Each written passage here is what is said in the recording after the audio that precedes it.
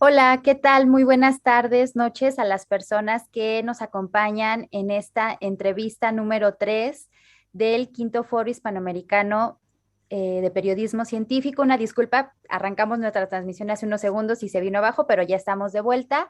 El día de hoy, bueno, es una entrevista muy interesante sobre cómo hizo el país para volver viral su contenido de ciencia.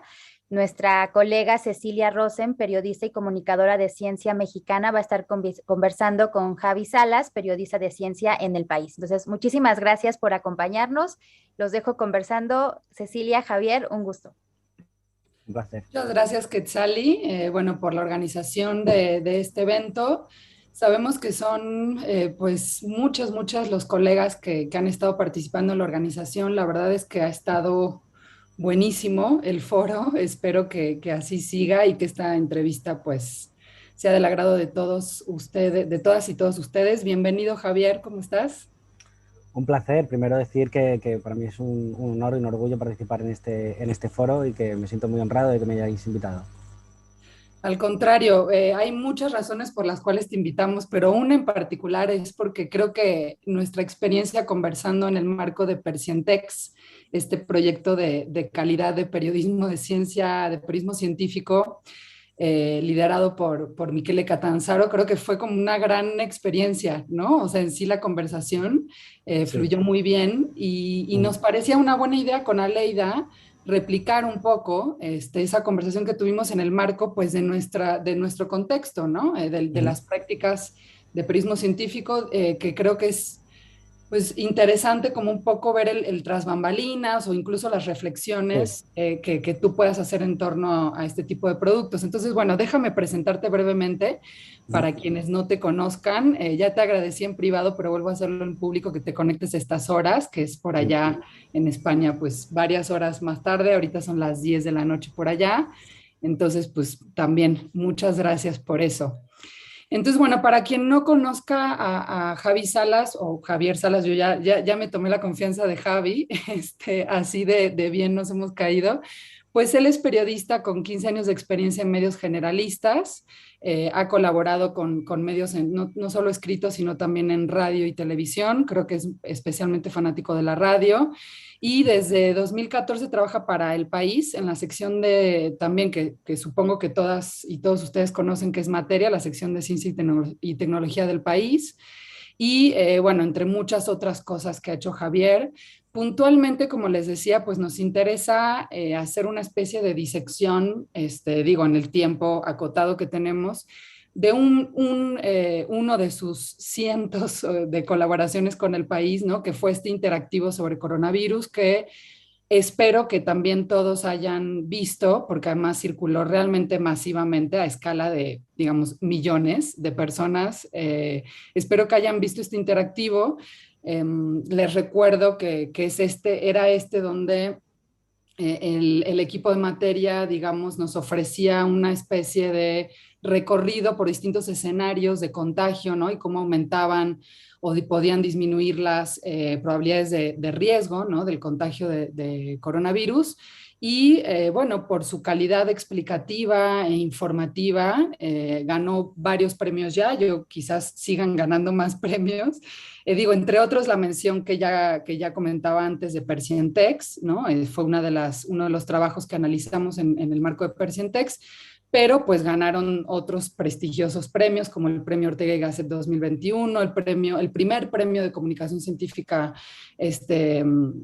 CSIC FBBA, de la Fundación BBA, de comunicación científica, una también como los Pulitzers de la infografía, los premios Best of Show, bueno, entre muchos otros, ¿no? Y creo que más allá de los premios, hemos coincidido muchos colegas en lo destacado de la calidad pues de este trabajo, ¿no? Y sabemos que difícilmente esto es como resultado de la casualidad o de una idea espontánea que alguien tiene y es una genialidad y luego sale y ya, ¿no?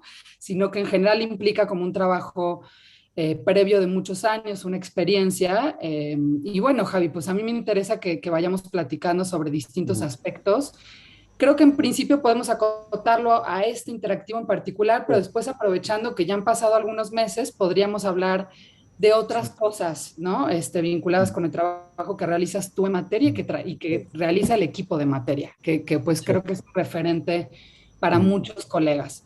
sí, Entonces, bueno, yo la primera pregunta que te hacía la otra vez, y creo que es mm, una de las que quiero repetir, es ¿por qué tú crees, y además también, ahora que han pasado más meses todavía y que han cambiado algunas cosas en relación a la pandemia, ¿por qué crees que fue tan exitoso y que sigue seguramente siendo exitoso o referente este interactivo titulado Un salón, un bar y una clase? Así se contagia el coronavirus en el aire. pues yo creo que digamos que el éxito viene un poco también por el momento en el que lo publicamos, ¿no? El hecho de que era un momento en el que la ciudadanía, ya más allá del shock que habíamos vivido todos, del susto, del habernos encerrado en casa y demás, ya era un momento en el que teníamos que aprender a manejarnos con las situaciones reales del día a día, ¿no? Digamos que ya la gente no estaba confinada, ya empezábamos a volver a, digamos, masivamente, ¿no? A los centros de trabajo, en España había comenzado ya la escolarización de los alumnos, es decir, que ya, digamos, volvíamos a una especie de nueva normalidad que se llamó, ¿no? Y la gente necesitaba herramientas para manejarse en ese entorno, ¿no? Entonces, a nosotros nos parecía muy oportuno explicarle cómo digamos, darles esa caja de herramientas, ¿no? Para tratar de evitar los contagios, porque había cosas que se sabían, ¿no? La gente sabía más o menos pues, que es un virus respiratorio, porque las mascarillas sirven para estas cosas, los barbijos o los tapabocas, pero lo que no estaba tan interiorizado era el hecho de que más tiempo de exposición junto a más gente desconocida, en un entorno cerrado, la mala ventilación, digamos que eran una serie de factores que todos sumados podemos aprender a manejarnos, ¿no? Digamos que si vemos un entorno que está muy lleno de gente o que está muy mal ventilado o que voy a pasar muchas horas allí, poder digamos, esos factores ir modulándolos en nuestro interés, ¿no? Para evitar los contagios. Yo creo que digamos que esa fue un poco la clave, ¿no? El hecho de que la gente tenía por fin la oportunidad de ver escenarios más o menos reales que se podían reproducir en su día a día y poder manejarse, poder tomar decisiones más allá de los mensajes más generales, que suelen ser naturalmente también, digamos, porque están dirigidos a públicos globales, los mensajes más generales de las autoridades sanitarias, ¿no? De pues usar el tapabocas, lávate las manos y demás, ¿no? Digamos, unas cosas como más centradas, más visual en el día a día de la gente. Sí, y después nos vamos a meter con algunas cosas puntuales de esto, ¿no? De las variables, o sea, cómo introducir las variables y explicarlas para que queden muy claras, porque efectivamente no es tan fácil como una sola, o sea, no se requiere de una sola medida, sino de varias, ¿no? Pero antes de eso también me interesa que nos cuentes cómo llegaron al, digamos, qué pasó y cómo llegaron a la conclusión o a la decisión, más bien, cómo tomaron la decisión de que este formato era el adecuado, ¿no? Y qué tanto también ustedes innovaron, o tú en lo personal también como periodista, al trabajar con este formato, que es bastante particular. Quien no lo haya visto, quien no haya usado el interactivo, porque más que verlo, creo que lo usas en un Sí. sentido, te vas deslizando y se van sumando y van cambiando, ¿no? Las capas de información y entonces los escenarios y por tanto el mensaje, ¿no? Para el lector. Entonces, ¿cómo llegaron a esa decisión? ¿Por qué utilizaron o pensaron que era un formato adecuado para comunicar lo que ustedes querían comunicar? Nosotros en la sección de ciencias siempre hemos trabajado mucho y muy bien con la sección de infografía, digamos que nos llevamos muy bien, es muy fácil la comunicación porque tanto ellos como nosotros vemos que la ciencia es una rama del periodismo que se explica muy bien visualmente, ¿no? Hay muchas cosas que nosotros siempre abordamos y enseguida ya estamos pensando cómo plantearlo visualmente, ¿no? Digamos, al margen de mi texto y de mi entrevista con la investigadora de turno y demás, sabemos que muchas cosas se ven mejor que se leen, ¿no? Digamos, sobre todo cuando empezamos a afrontar temas de la pandemia, nos dimos cuenta enseguida, ¿no? Digamos que ese servicio público que podemos servir se mostraba mejor, ¿no? Con estas reportajes visuales, con estas experiencias, como tú decías, ¿no? Más usables, ¿no? El periodismo muy usable. Y en concreto yo había trabajado ya un par de historias con el jefe de las narrativas visuales del periódico, con Mariano Zafra, y había, que digamos que este no es mi rama, pero él había probado, digamos, esta herramienta, ¿no? Esto que tú describías, ¿no? De ir haciendo scroll, ir bajando por la pantalla, que nosotros nos lo imaginábamos con el móvil, ¿no? La gente haciendo así con su pulgar. Y ya habíamos probado eso, digamos, narrando una serie de brotes que se habían descrito ya en la literatura científica, pues con los comienzos de la pandemia, ¿no? Digamos que después de juntar, digamos, esas dos variables, ya en septiembre, porque estuve revisando los WhatsApps que nos cruzamos, y ya en septiembre, cuando volvimos los dos de vacaciones del veraneo del año pasado, en 2020 nos dimos cuenta de que queríamos hacer esto, ¿no? Queríamos contar cómo reducir, se podían mitigar los contagios, explicar a la gente esta variable de la ventilación, que era una cosa que hasta ahora no, digamos, no se había puesto muy encima de la mesa. Encima de la mesa, digamos, de una manera contundente, ¿no? Digamos que le llegara bien a la ciudadanía. Entonces, desde eso, a principios de septiembre nos pusimos a pensar qué se podía hacer, ¿no? Y enseguida nos dimos cuenta de que la herramienta que habíamos utilizado para describir aquellos brotes estaba muy bien, digamos, la herramienta tecnológicamente hablando, pero tenemos que acertar, digamos, en el diagnóstico de qué le íbamos a llevar a la audiencia, ¿no? ¿Qué le hacía falta o qué necesitaba la gente para entender bien qué es lo que estábamos queriendo describir, ¿no? Y digamos que eso fue lo que nos llevó más tiempo, ¿no? Nos pegamos como unas cuantas semanas decidiendo qué es exactamente lo que queríamos contar para trasladarle esa información tan valiosa en ese momento a nuestra audiencia, ¿no?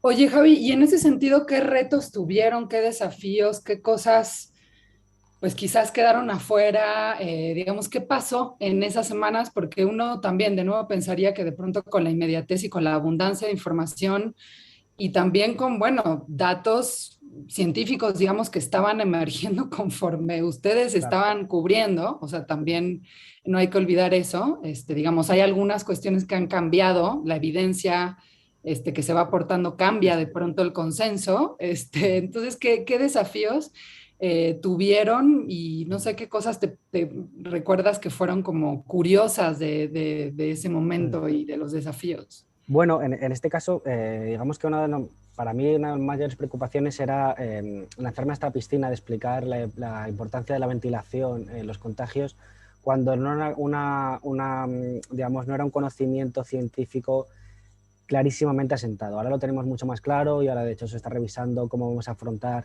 las enfermedades respiratorias en el futuro, porque nos hemos dado cuenta de que, digamos, que esta variable es importante y demás. Pero en aquel momento era, digamos, unos cuantos expertos de reconocido prestigio y que sabían de lo que estaban hablando, señalaban que esta variable era importante. Y a mí me daba miedo, digamos, coger, como tú decías, ¿no? Digamos, está permanentemente surgiendo nuevas interpretaciones científicas de lo que está pasando. Me daba miedo coger un camino que pudiera confundir a la gente, ¿no? Que no fuera tan relevante o que no... y entonces, digamos que para mí eso fueron unas semanas de hablar con bastante gente para asegurarme de lo que estábamos haciendo era correcto, ¿no? Y luego también, digamos, que tenía esta parte curiosa, porque nosotros siempre estamos un poco interpretando lo que descubren o lo que van averiguando en los laboratorios, los científicos, lo que publican las revistas científicas y demás. Pero este caso era como una especie de trabajo de traducción simultánea permanente para conseguir que una herramienta que diseñaron unos ingenieros, porque digamos que son herramientas de mucho número, de mucha formulación y demás, ¿no? Es una cosa muy, muy, muy burda, digamos, a la hora de querer trasladarlo esto a la gente, cómo convertirlo en algo visual, algo sencillo, algo que la gente pudiera ver, ¿no? Digamos que eran unas variables que salían un montón de números y además había innumerables variables que íbamos modulando, que nos apoyamos precisamente en el científico que había diseñado, digamos, un poco esta herramienta para poder traducirlo, digamos, a un lenguaje visual que todo el mundo, y cuando digo todo el mundo, porque nosotros hacemos muchas cosas en la sección de ciencia que sabemos que es, por así decirlo, para gente interesada en el mundo de la ciencia, ¿no? Que a veces te metes en cosas que son más, bueno, para un público más especializado, por así decirlo, ¿no? A veces lo hacemos, pero en este caso sabíamos que tenía que llegarle a todo el mundo, o sea, prácticamente... Y de hecho funcionó incluso sin que supieran los idiomas, ¿no? Porque luego fuimos traduciendo el artículo pero ya estaba funcionando, digamos, con el inglés y el español, ya todo el mundo lo entendía, así daba igual, ¿no? Al final era lo importante era lo visual. Sí, y bueno, creo que es como bastante notable y justo hacia eso quiero que vayamos.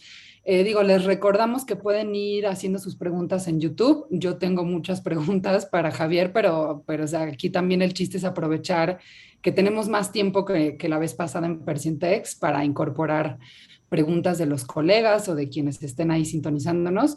Pero justo yendo a la parte del contenido, Javier, o sea, a mí una de las cosas que me pareció interesante y que realmente no la sabía tanto hasta que platicamos, fue justo, digamos, la decisión de con qué científicos colaborar, o sea, qué modelos usar, ¿no? Porque, digamos, como que creo que en un nivel muy básico, efectivamente, cualquier usuario del interactivo creo que se queda con esta idea general de hay variables, son estas son las importantes a las que tengo que ponerle atención, ¿no? O sea, la cuestión del tiempo, de la ventilación, del cubrebocas y de la distancia, creo que eran las principales, ¿no? Pero obviamente esto tiene, o sea, ustedes no lo hicieron nada más para comunicar eso, sino ver cómo van cambiando las probabilidades en relación a cómo cambian esas variables. Y usaron entonces un modelo como nos estabas explicando. ¿Cómo eligieron? O sea, ¿quién eligieron? ¿Qué modelo eligieron? ¿Y cómo fueron trabajando esa parte del contenido para lograr pues este equilibrio entre hacerlo muy entendible, pero que fuera preciso científicamente, por lo menos con respecto a ese modelo que estaban usando, ¿no? Porque sabemos que han habido otros. Claro, claro. Para nosotros el mayor problema en las primeras conversaciones era, nosotros queremos explicarle a la gente que estas variables afectan, ¿no? Y que modulándolas, ¿no? Reduciendo a la gente con la que te metes dentro de una sala, aumentando la ventilación, usando todo el mundo mascarilla. Pero ¿cómo lo medimos? Es que nuestro problema era, sabemos que son variables que influyen. Cuanto más hagas esto, más riesgo estás, cuanto menos lo hagas, pero cuánto menos, cuánto más. Digamos que nuestro problema era ese, ¿no? A la hora de trasladárselo a la audiencia, nosotros, yo ya había hecho varios reportajes explicando que era un factor importante de la ventilación, ¿no? Que parecía que esta cosa se estaba contagiando por vía aérea y demás, pero ¿cómo lo cuantificamos, ¿no? Digamos que en ese momento estaban trabajando muy en serio esta gente que se dedica un poco a la física de las partículas, por así decirlo, de las partículas que circulan por el aire y demás. Están tratando de desarrollar modelos en ese sentido, ¿no? Y entonces, pues esta gente que además estaba permanentemente llamando a la puerta de la Organización Mundial de la Salud para que tuviera en cuenta esta variable, para que alertar a la población, perdón, sobre la importancia de este factor, pues justo habían desarrollado ese modelo, que es verdad que pues como todos los modelos, ¿no? Digamos, sobre todo que era en un momento así más o menos incipiente de conocimiento, pues tendría sus lagunas, sin duda alguna, y probablemente ahora no sea del todo a cada una de las cifras, por así decirlo, que utilizamos sea la ajustada con el conocimiento que tenemos hoy, pero lo más parecido que teníamos a ofrecerle a la gente unos números, ¿no? Y cuando digo números, evidentemente en el reportaje no aparece ningún número, pero sí que nosotros a la hora de decir esto es más arriesgado o menos arriesgado, tenemos que poder decir por lo menos cuánto más arriesgado o por qué este factor influye más que este otro, ¿no? Digamos que esta herramienta que en concreto había desarrollado José Luis Jiménez, que trabaja en la Universidad de Colorado, nos ayudó mucho y tuvimos varias reuniones con él, y además es una persona que para nada digamos, su relación con la prensa había sido como hasta ahora, ¿no? Digamos que es una persona que se dedica a una rama de la ciencia que no, digamos, que no está permanentemente en los medios, por así decirlo, y sin embargo él tiene todas las mañanas prácticamente da una rueda de prensa, ¿no? Digamos que su vida giró por completo y se convirtió en un activista, ¿no? Digamos, este fenómeno que a veces nos llama mucho la atención a los comunicadores de la ciencia, estos científicos activistas, porque se dan cuenta de que tienen entre manos algo importante y que lo tiene que saber todo el mundo, ¿no? Digamos que es un poco un personaje de estos de película, ¿no? Estas de Tiburón o cosas así, ¿no? De que de repente se dan cuenta de que hay un factor que no se está teniendo en cuenta y hay que divulgarlo. Y entonces hubo un tiempo en el que él era el que llamaba permanentemente a la puerta de los periodistas, y en cuestión de un par de meses se dio la vuelta por completo y eran todos los periodistas los que querían hablar con él, ¿no? Porque, digamos, se había convertido un poco en la referencia de este tipo de historias. Y gracias a eso, gracias a que él se esforzó en generar ese pequeño modelo, ¿no? Que nos sirviera para contabilizar un poco con sus horquillas o con lo que sea, pero por lo menos tener una referencia de verdad de lo que influía cada uno de los factores, ¿no? Entonces, con esos números ya, Mariano, que no se pone a hacer un gráfico si no tiene datos de calidad, ya se pudo poner a dibujar, ¿no? Digamos que ya sabíamos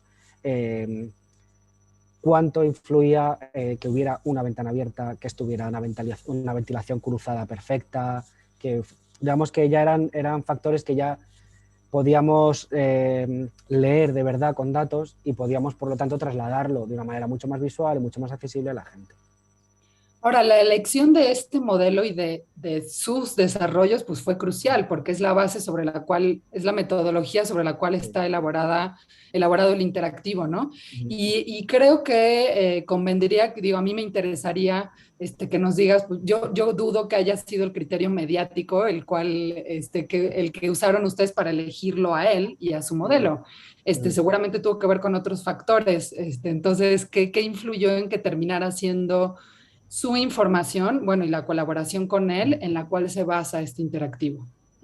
Bueno, claro, José Luis, aparte de todo esto que estaba comentando, él en ese momento ya formaba parte de un grupo bastante amplio de especialistas en esta materia, que, bueno, yo había hablado con varios de ellos y son gente muy, muy, muy potente, muy buena en su ámbito, que todo el mundo señalaba a José Luis como la persona de referencia para fiarse en este caso, ¿no? Entonces, digamos que eso, dentro de su círculo, digamos, de su campo de conocimiento, todo el mundo señalaba a José Luis como una referencia en este tipo para esto que queríamos hacer, y que nosotros además teníamos como la ventaja de que dio la casualidad de que era español, ¿no? Digamos que en este campo de conocimiento había mucha gente, hay digamos que la mejor en este campo es Lidia Morasca, que es polaco-australiana, pero ella siempre señalaba a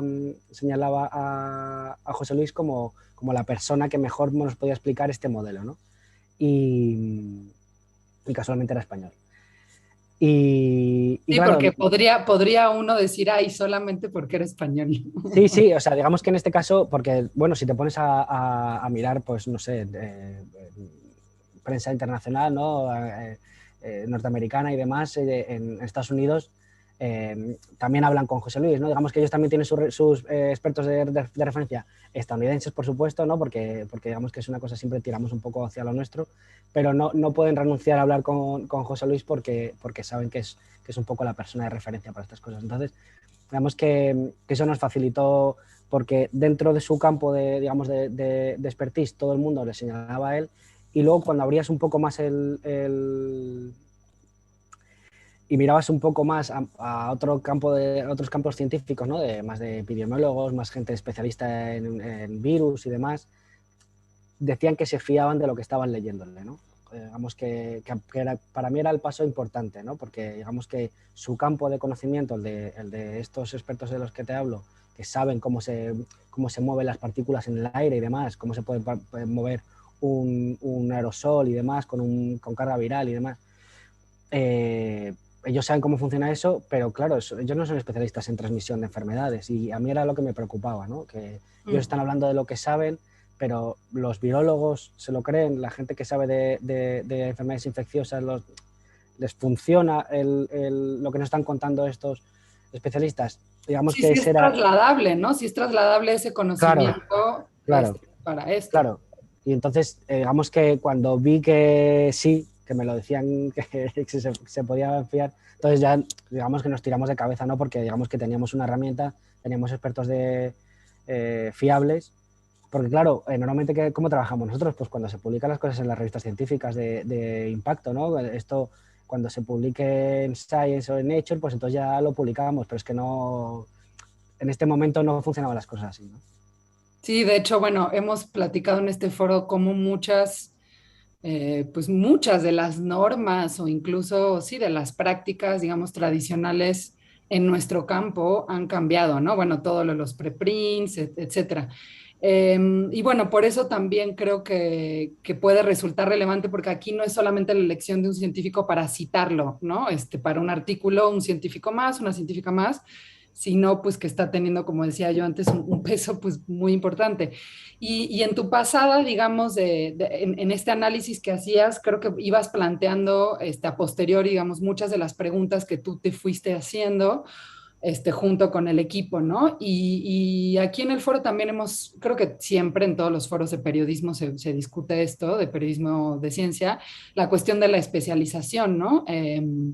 Yo soy de la idea de que en realidad cualquier buen periodismo requiere un grado de especialidad, o sea, como que no creo que lo que nosotros hacemos sea más o menos difícil, pero es cierto que, no sé, que se me ocurre que varias de estas preguntas, por ejemplo, que a ti te pueden parecer como muy naturales, quizás periodistas de otras áreas no se las harían, no se las plantearían desde esa óptica, ¿no? Entonces, ¿qué tanto crees también que abonó, y es un poco lo que decía yo al inicio, la experiencia particular tuya, ¿no? De muchos años cubriendo la fuente y del equipo que te acompañó en esta experiencia en poder lograr hacer un producto pues muy oportuno y con todos estos desafíos que ya nos fuiste narrando?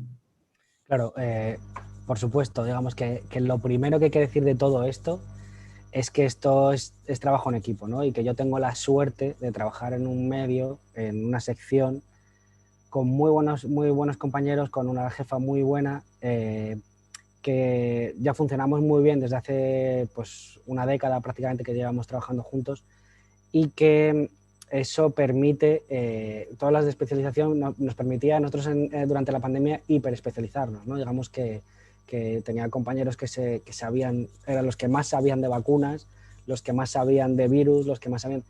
Y yo me centré un poco en los modos de contagio, ¿no? Digamos que era un poco más la epidemiología lo mío, ¿no? Digamos desde ese punto de vista de cómo se producen los contagios, cómo evitarlos, que si los locales de ocio nocturno son más peligrosos que una playa, cosas así, ¿no?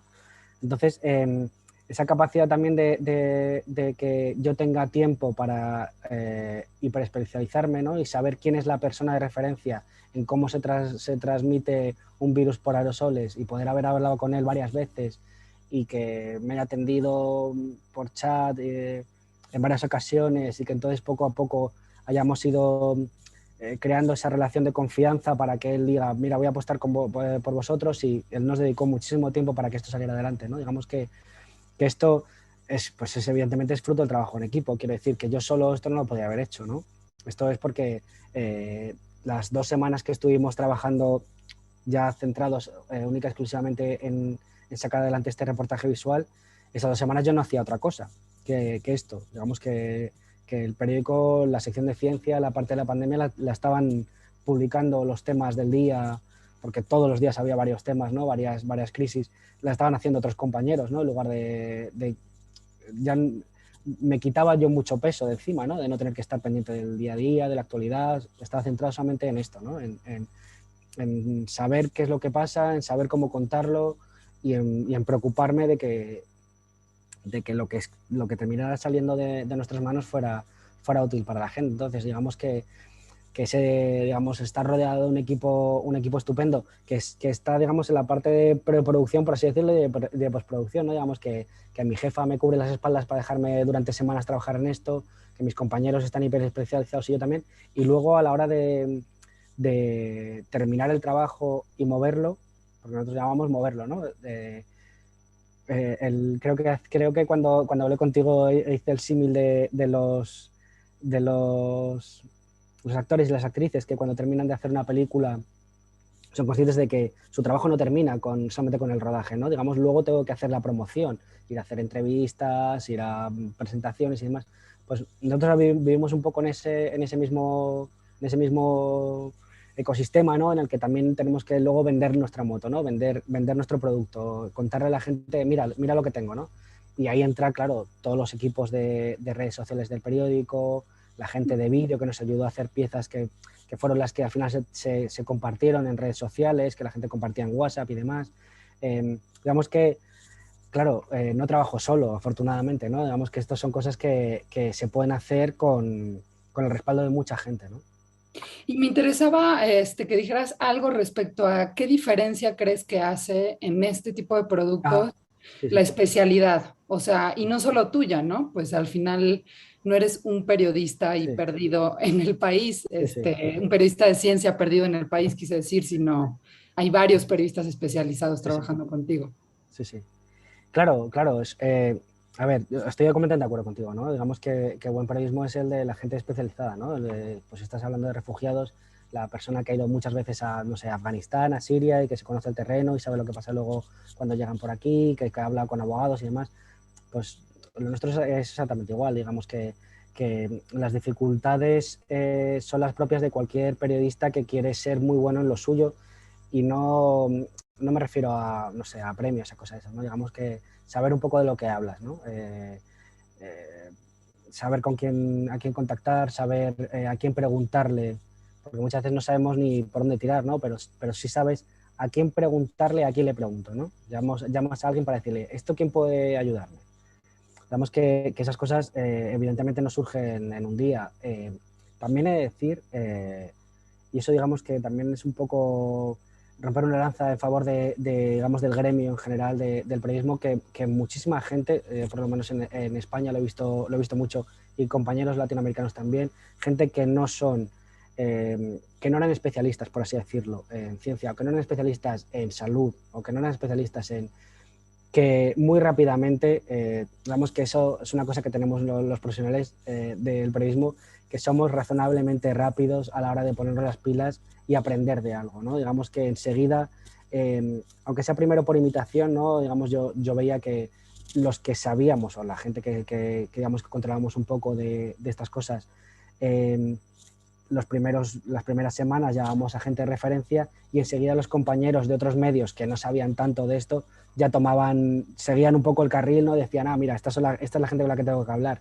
Y ya enseguida, cuando tú ya empiezas a hablar con la gente pues no sé, pues con expertos en infecciones de hospitales, ya cada uno de los periodistas se va orientando y va sabiendo qué tipo de gente le funciona mejor para su medio, pues es de radio, lo que sea, ¿no? Digamos, y te vas tú haciendo tu propia especialización, que la han hecho muchos periodistas en estos 2 años, una especialización como express, ¿no? Por así decirlo, que han tenido que ponerse muy rápido a saber de esto.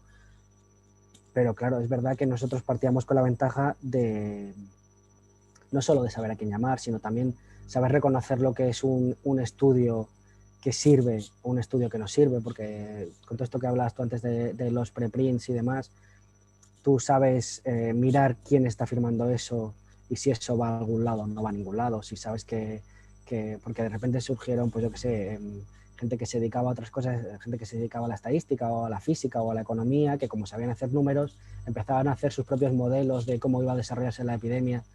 Y era, bueno, vale, te ha salido un número más o menos razonable y tal, pero tú sabes cuando sale un firmante que es de calidad, que de verdad sabe de cómo se desarrollan las pandemias, te lo miras con más interés, ¿no? Y digamos que esa es la ventaja que nosotros teníamos, que sabemos movernos en nuestro mundo. A mí si de repente me sueltan no sé, a seguir las Olimpiadas, ¿no? Los Juegos Olímpicos, pues al final terminaría haciendo un trabajo más o menos decente o no, pero claro, si todo ese trabajo previo de conocerte bien todos los deportistas, de conocerte a sus entrenadores y demás, es que no tiene precio, ¿no? Sí, esta cuestión también un poco escéptica, no sé, a mí luego trato de transmitir este principio a los estudiantes de cuanto más espectacular y como terminada, ¿no? Y, o sea, cuanto más brille, más sospecho yo, sobre todo en la ciencia, ¿no? Como que en general esa regla. Oye, Javi, bueno, hay varias preguntas de Itzel Gómez en el YouTube.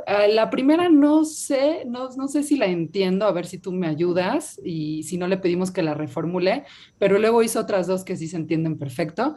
La primera es para Sí, cuando sí. publique. ¿La Sí, viste? sí, sí, sí, yo sí la entiendo, o sea que sí. Ah, perfecto, perfecto.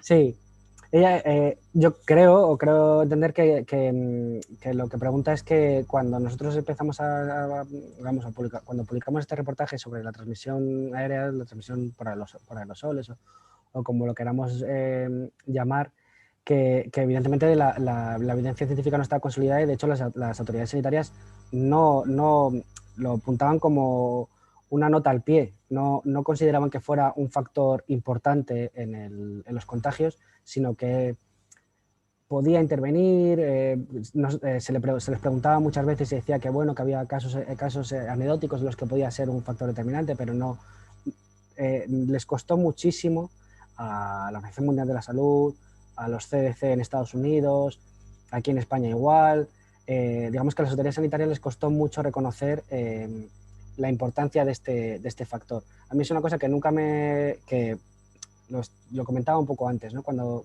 en otra pregunta que me hiciste, que digamos esa era mi mayor preocupación, porque las autoridades sanitarias, las más importantes, las que están guiando la lucha contra la pandemia, las que están explicándole a la gente lo que tiene que hacer, no lo ven claro, y sin embargo tengo un montón de científicos que me dicen que es muy importante y que tenemos que centrarnos en eso. Entonces, para eso, para mí ese era el gran problema que comentaba antes.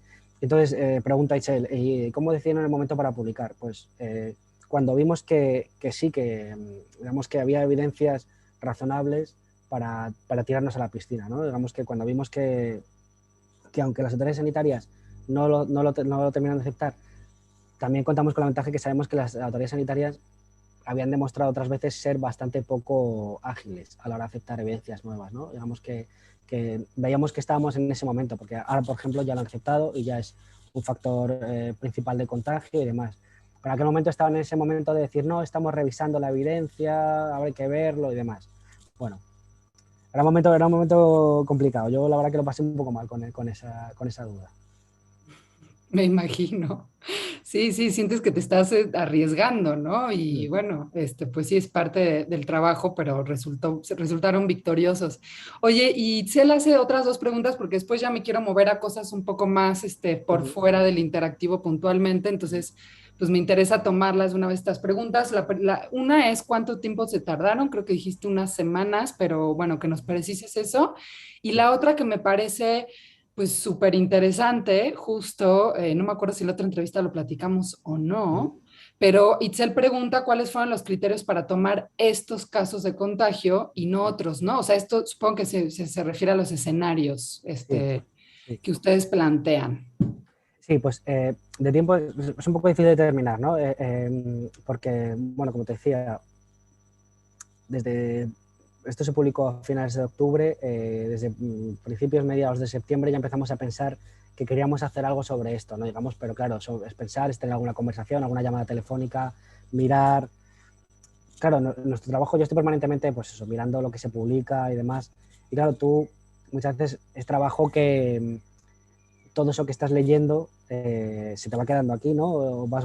Crees como una carpeta mental y otra carpeta en el ordenador de lo que quieres guardar y utilizar más adelante, ¿no? Entonces, pues yo ya estaba mirando qué casos nos podrían servir para contar esta historia, si contarlo con un caso específico o recrear nosotros un caso en abstracto, ¿no?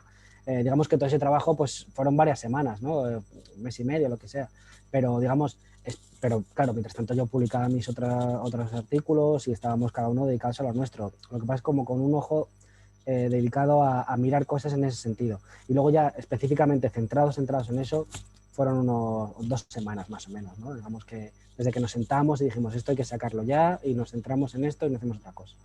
Unas 2 semanas. Y luego que nos cuentes lo de Así. la elección de los casos. Claro, escogimos porque, como te decía, ¿no? Queríamos ser muy, muy didácticos y llevarle a la gente como situaciones muy cotidianas en las que lo pudiera entender. Evidentemente, el salón a nosotros nos parecía muy importante porque, digamos que siempre se estaba, o tenemos la impresión, ¿no? De que se pensaba mucho en términos de lugares públicos, ¿no? ¿Qué pasa en un restaurante? ¿Qué pasa en un centro de trabajo? ¿Qué pasa? Pero al final veíamos, y esto es una cosa que fue decisiva, las estadísticas de contagio que daba el Ministerio de Sanidad aquí en España permanentemente eran contagios en familias, ¿no? Digamos que te juntas con tus primos, te juntas con tus padres, vas a ver a tus tíos y allí les contagias. Entonces había que recrear una casa. Para nosotros era fundamental, ¿no? El hogar de alguien, si te reúnes allí a tomar café durante 3 horas y no ventilas, te estás poniendo en riesgo, ¿no? Eso era fundamental. Luego, el bar, digamos un local de hostelería, de un restaurante, un bar, porque era otro de los sitios que las estadísticas os decían que era donde más contagios se estaban produciendo y sobre todo los que más preocupaban, porque eran donde se daban los eventos de supercontagio, ¿no? Digamos que en mi casa, si me junto con con mis padres y mis hermanos, pues somos 5 personas, pero de un bar y de un restaurante salían contagios de 15 personas, de 20 personas, digamos que se daban esos eventos de supercontagio que al final eran los más terroríficos, ¿no?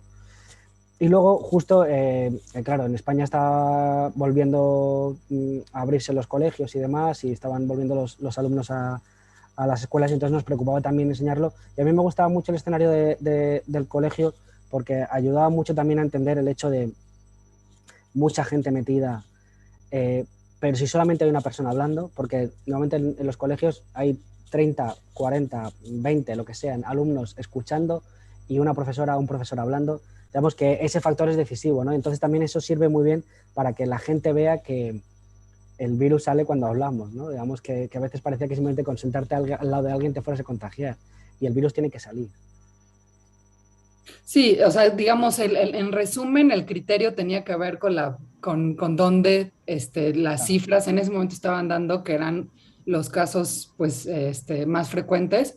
Y creo que no, creo que está bien, o sea, creo que está bien como tener por lo menos claro qué criterios está siguiendo uno y que no termines Sí. pues siendo sujeto del azar o de lo que incluso la información científica te está dando, ¿no? Que a veces también puede pasar eso, no existe información sobre esto, sin embargo, es el escenario en el cual más casos se da, ¿no? Que eso también. Oye, Javi, bueno, ya se está yendo, pero como agua esta entrevista, de verdad, así que apúrense para hacer sus preguntas ahí en el chat, porque yo tengo varias.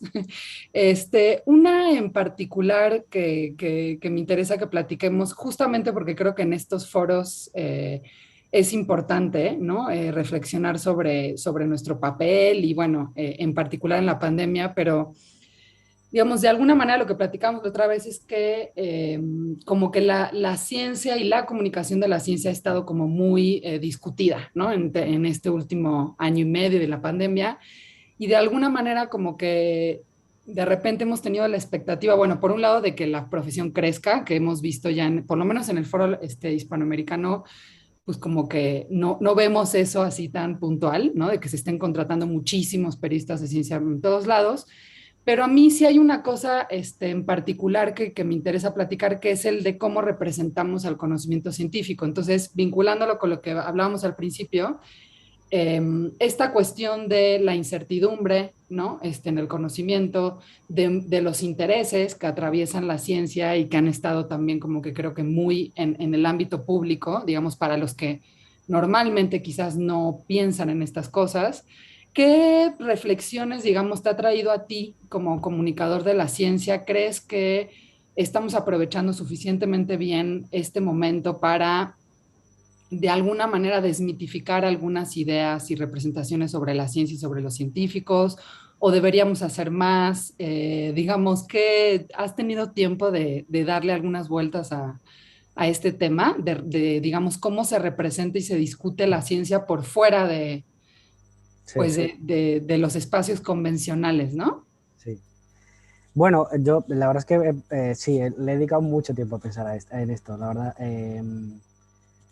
Porque, bueno, en algunos momentos me ha quitado un poco el sueño, ¿no? Digamos que en España la situación con respecto a la pandemia, yo hablo de, digamos, un poco también el ecosistema en el que yo he hecho mi trabajo, ¿no? Digamos que a la hora de darle voz a la ciencia y de tratar de explicar la incertidumbre y de que hoy decimos esto y mañana lo matizamos o mañana lo cambiamos por completo porque hay nuevos datos, digamos, nuevos hallazgos o lo que sea.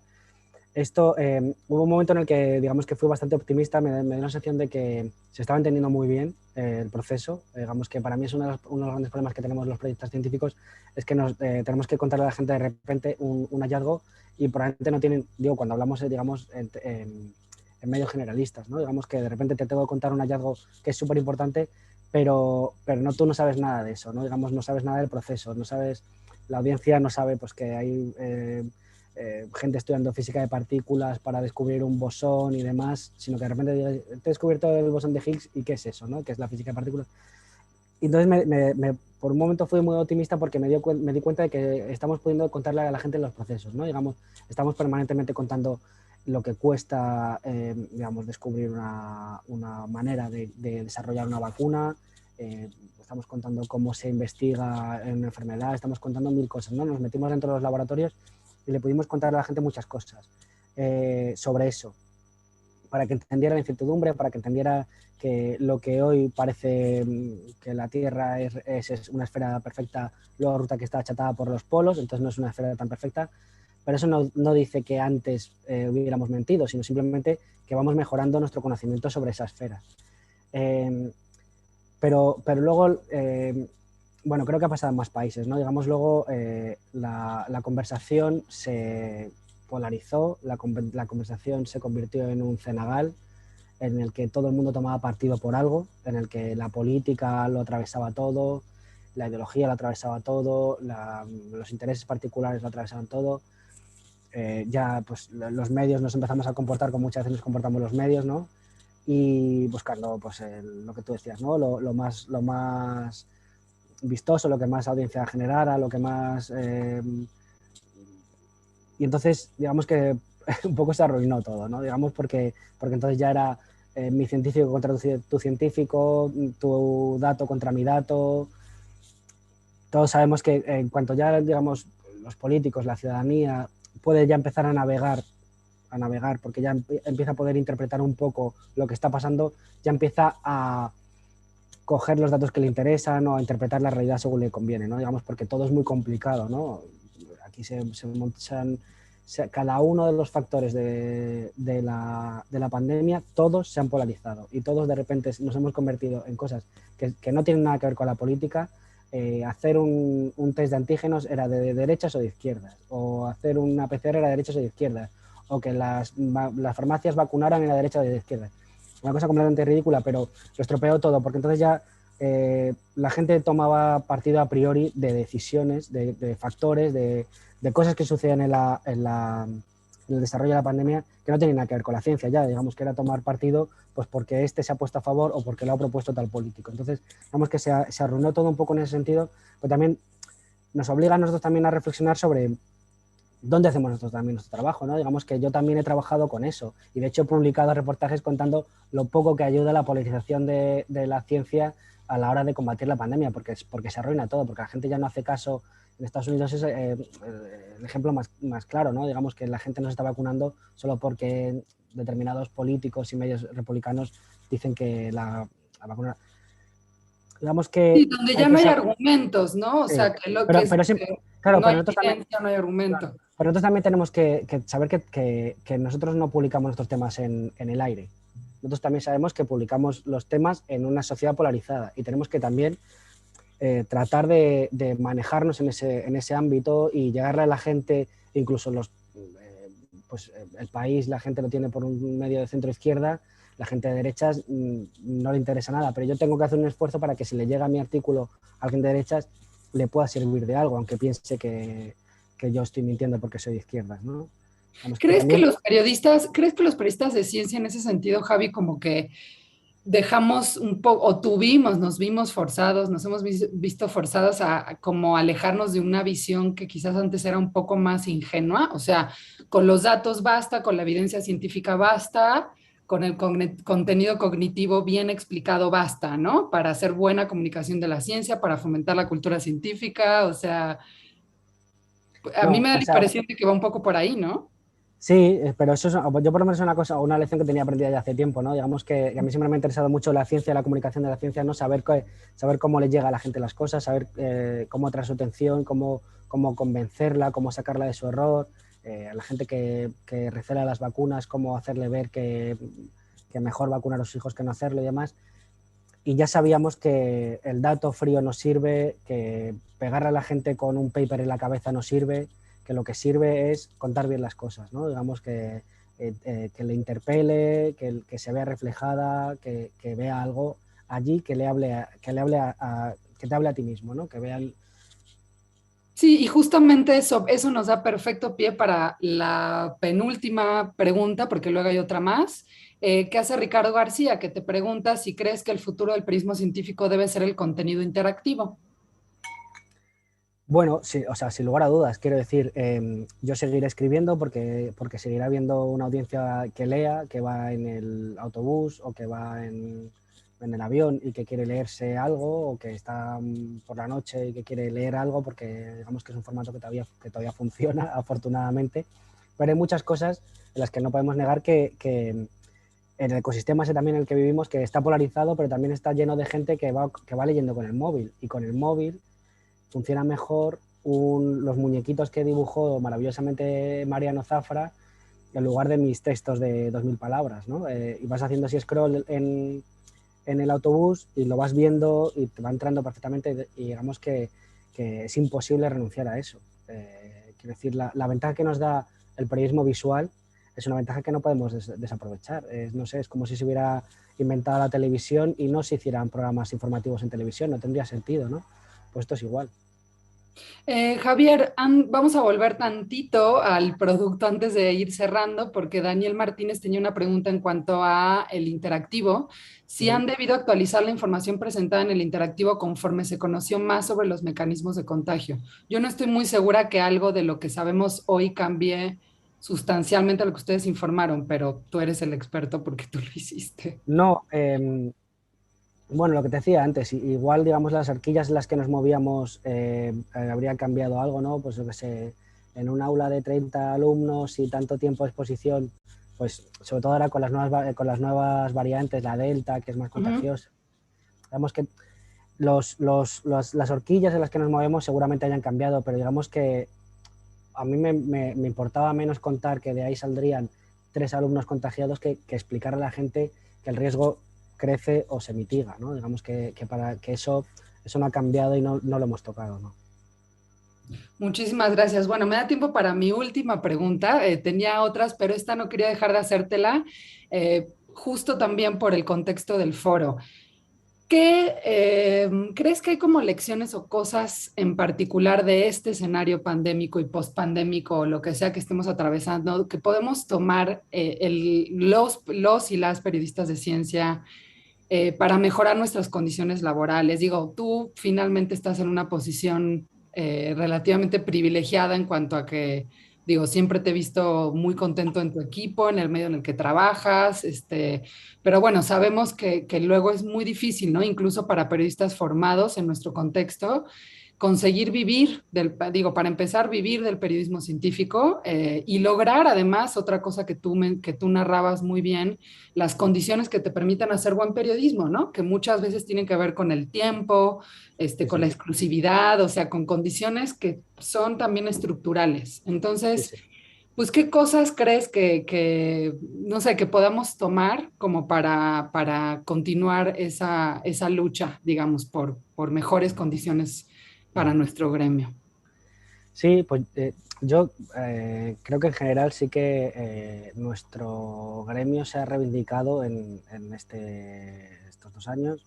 Creo que ha sido un buen momento para sacar pecho orgulloso de que la mayoría de las cosas que hemos hecho las hemos hecho muy bien. Creo que hemos ayudado muchísimo a la ciudadanía en los tiempos de mayor incertidumbre que hemos vivido recientemente, y creo que eso tenemos que saber nosotros vendernos un poco, ¿no? Digamos que no basta con haber hecho nuestro trabajo bien en el día a día, sino también hay que explicarle a la gente cómo es nuestro trabajo, explicarles por qué es serio.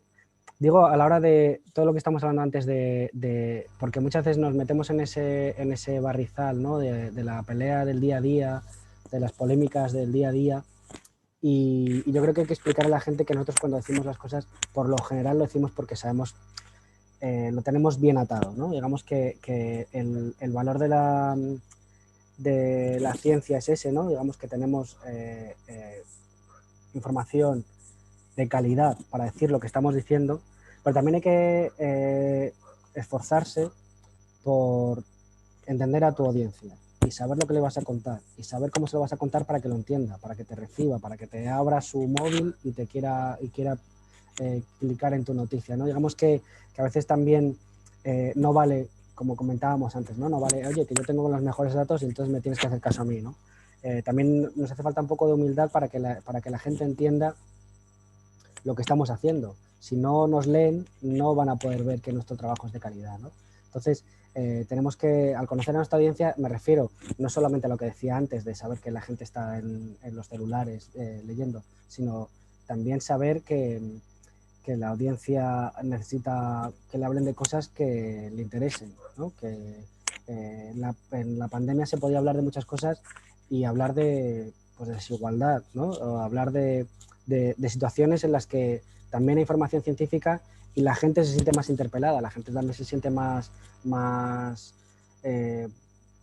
con ganas de leérselo, ¿no? O con ganas de verlo, porque ve que le están contando cosas reales, cosas tangibles, cosas que van más allá porque muchas veces se piensa que el premio científico es solamente, han descubierto un planeta en no sé dónde o un hueso de un dinosaurio de hace no sé cuántos, ¿no? Digamos que también hay que explicarle a la gente que somos importantes en su vida y que sabemos un montón de cosas que les pueden ayudar en su vida. Y no solo con enfermedades gravísimas y pandemias horribles, sino en muchas otras cosas, ¿no? Entonces, digamos que nuestro trabajo también es reivindicarnos en eso, ¿no? Ahora que hemos tenido 2 años de mucha visibilidad, explicarles por qué somos importantes y por qué podemos hacer cosas que les sean útiles, ¿no? ¿Por qué les valemos? Gracias a tus excelentes preguntas, te puedo hacer una rapidísima, una última, y es que creo que me faltó la otra vez también hacértela. Si hay una o dos prácticas o cosas puntuales, digo, si no las hay, está perfecto, pero algo que crees que has identificado que cambiaste en tu práctica periodística después de la pandemia, después de tantos años cubriendo ciencia.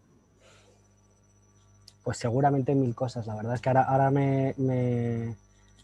no quiero decir, mira, una de las cosas que sí que hemos cambiado, porque claro, todo lo que comentabas, ¿no? Digamos que todas las nuevas evidencias que iban surgiendo a medida que iba desarrollándose la pandemia, lo descubríamos todo el mundo a la vez.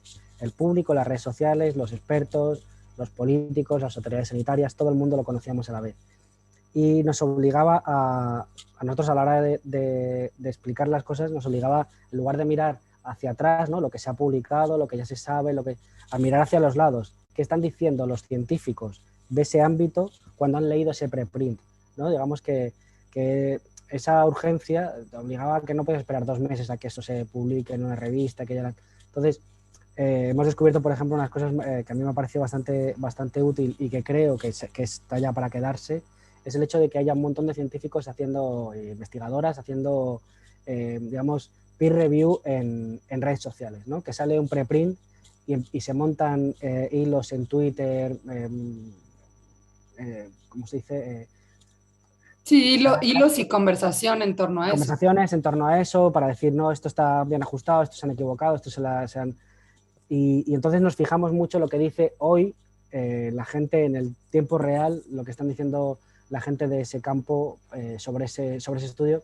Y la verdad es que es bastante útil, sobre todo para descartar cosas que no sirven para nada y por lo menos para fijarte en cosas que gente de ciencia de reconocido prestigio sí que le parece interesante.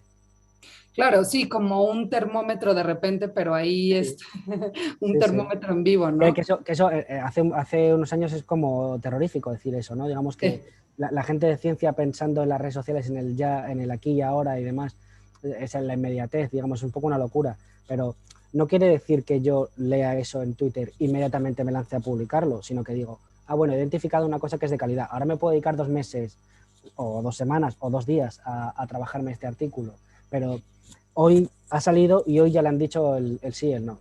Pero además puede ser el equivalente, digo, de lo que pasaba antes en los congresos científicos presenciales, donde de repente te tomabas un café en el pasillo con, digo, expertos de ese campo o en las mismas presentaciones de los congresos donde había preguntas. Digo, tampoco creo que es tan diferente, simplemente que ahora el acceso pues es más inmediato. Claro. Y bueno, pues seguro habrá otras cosas que cambiaron, pero pues me sirve mucho que nos hayas dado ese ejemplo porque creo que efectivamente muchos colegas deben también estar utilizando este tipo de recursos como una forma de verificar la información o de tener una idea de por dónde van las preguntas y los debates, ¿no? Así que, pues nada, Javi, ya son las 17:01 y no quiero demorar la transmisión más porque tenemos otro evento como parte del foro. Y pues a nombre de todos los organizadores y de todos los asistentes, muchísimas gracias por haberte tomado este rato para conversar conmigo y con quienes estuvieron ahí haciendo sus preguntas. Ha sido un placer y espero que nos podamos conocer muy pronto, pues presencialmente, presencialmente, que nos podamos ver y tomarnos un café o una cerveza y pues mientras tanto te dejo dormir y pues nada, muchísimas gracias. Ha sido un verdadero placer tenerte. Muchísimas gracias a ti, muchísimas gracias al foro por invitarme. La verdad es que ha sido también un placer y a ver si nos podemos tomar esa cerveza. Ojalá. Abrazos por allá y hasta luego.